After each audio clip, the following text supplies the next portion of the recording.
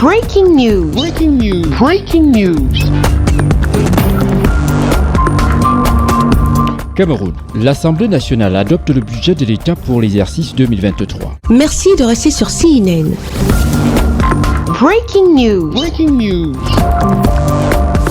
Les députés de la Chambre basse du Parlement camerounais ont approuvé et adopté le projet de loi de finances pour l'année 2023, ce 5 décembre 2022. Au terme de 9 heures d'échange entre les élus de l'Assemblée nationale et 15 ministres de la République, le ministre des Finances, Lulpo Moutaze, s'est dit satisfait de l'adoption de ce projet de finances et espère obtenir le même résultat à la Chambre haute du Parlement. C'est depuis 16 heures que nous sommes là, donc nous avons passé plus de 9 heures. Vous savez, c'est les chiffres, donc il faut rester extrêmement vigilant. Les députés ont posé des questions, ils les avaient déjà posées à la commission des finances, ils en ont encore posé aujourd'hui. Et nous sommes donc heureux que tout cela ait été, que nous soyons arrivés au résultat que nous connaissons, à savoir l'adoption de la loi de finances. Maintenant, nous attendons le passage vers le Sénat et nous espérons avoir le même résultat. L'enveloppe budgétaire pour l'exercice 2023 est chiffrée en recettes et en dépenses à 6 345,1 milliards de francs CFA. On y note une augmentation de 264,7 milliards de francs CFA en glissement annuel par rapport à 2022, soit une augmentation de 4,4% en valeur relative. Le projet de loi de finances, déposé à l'Assemblée nationale depuis le 24 novembre dernier, plusieurs ministres se succèdent à l'hémicycle pour défendre leur budget. Si pour Gabriel Maïrobe, ministre de l'Agriculture et du Développement rural, il est question de défendre la politique d'import-substitution. Ce budget s'articule sur des axes principaux. L'implémentation effective de la politique d'import-substitution en ciblant des spéculations telles que le riz, le maïs, le soja, le mil sorgho et l'huile de palme. Dans ces spéculations-là, nous allons subventionner le prix de l'engrais à 30%. Nous allons fournir des semences améliorées pour les productions. Et nous allons aussi aider les producteurs qui ont subi les affres de la Covid-19 et des effets négatifs du changement climatique à reconstituer leurs moyens de production. Nous avons aussi notre engagement dans la reconstruction des régions de l'extrême nord, du sud-ouest et du nord-ouest. Et à ce sujet, nous avons prévu un certain nombre de budget pour soutenir nos sociétés de développement qui sont dans ces régions-là. Pour Henri Eyebe Ayissi, ministre du domaine du cadastre et des affaires foncières, il est question, à travers une enveloppe de 18 milliards de francs CFA, de poursuivre les grands projets lancés en 2022. Le MINCAP vient de présenter et défendre l'enveloppe qui lui a été allouée de 18 milliards de francs. Je voudrais commencer par indiquer que nous allons poursuivre en 2023 ce que nous avons fait en 2022.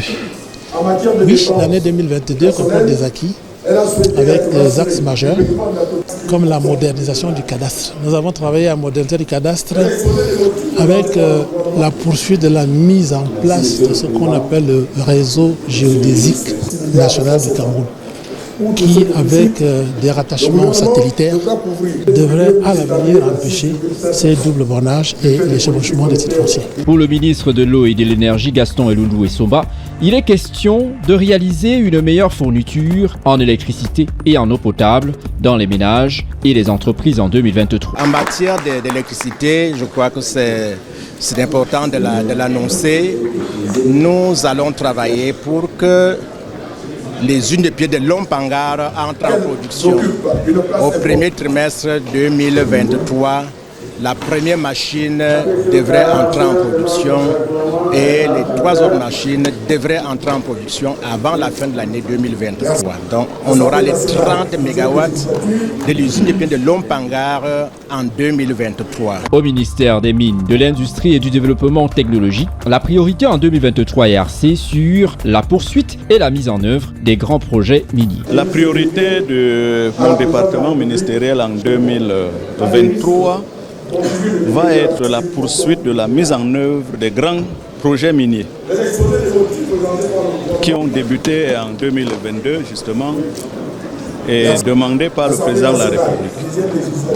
Le début des grands chantiers miniers devra faire l'objet donc de nos priorités sur le plan du développement du secteur minier. Parlant de l'industrie, le plan directeur d'industrialisation qui a commencé à être mis en œuvre devra être finalisé avec la contribution de toutes les parties prenantes, y compris le secteur privé, qui est l'acteur clé de la mise en œuvre de ce plan directeur d'industrialisation. Nous allons poursuivre l'action de développement de ce secteur en relation avec d'autres États, notamment dans le cadre de la CEMAC, avec les États frères de la CEMAC pour la mise en place du dispositif de transformation locale de certains produits stratégiques, notamment le bois, et pourquoi pas à court terme également la mine. Du côté du ministère des Travaux publics, la mise en service des grands axes routiers, dont les chantiers ont démarré en 2022, font partie des priorités. Les grands projets, ils sont nombreux. D'abord, il faut conduire à achèvement tous les projets en cours d'exécution. Il faut conduire à achèvement les projets en cours d'exécution. Et nous devons absolument, en 2023, démarrer Mora-Dabanga Koussili. Nous allons démarrer les travaux sur la ring route, la section Kumbo-Kambe-Misaye et finir avec les études techniques sur les autres sections. Nous allons achever les travaux sur Babadjou-Bamenda, les lots Babadjou-Matazen, Welcome to Bamenda, le contournement de Babadjou.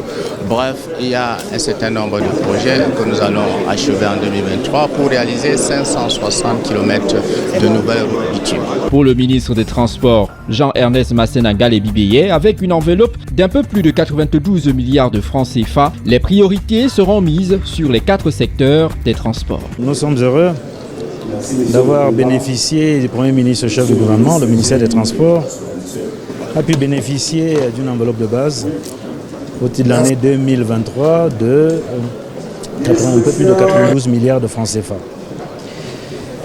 C'est-à-dire un peu plus de 11,6% par rapport à l'année dernière, enveloppe qui se situait à 82 milliards 500 millions.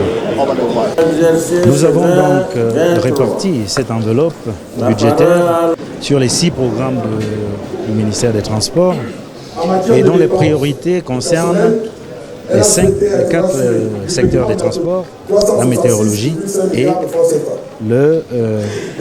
l'appui institutionnel. Après un résultat satisfaisant obtenu à l'Assemblée nationale, les membres du gouvernement espèrent obtenir la validation de ce projet de loi de finances à la Chambre haute du Parlement jeudi prochain. Merci d'être sur CNN, la télévision autrement. Les programmes se poursuivent. Retrouvez en ligne toute l'info en continu sur C-Web Info, 100% info, non-stop.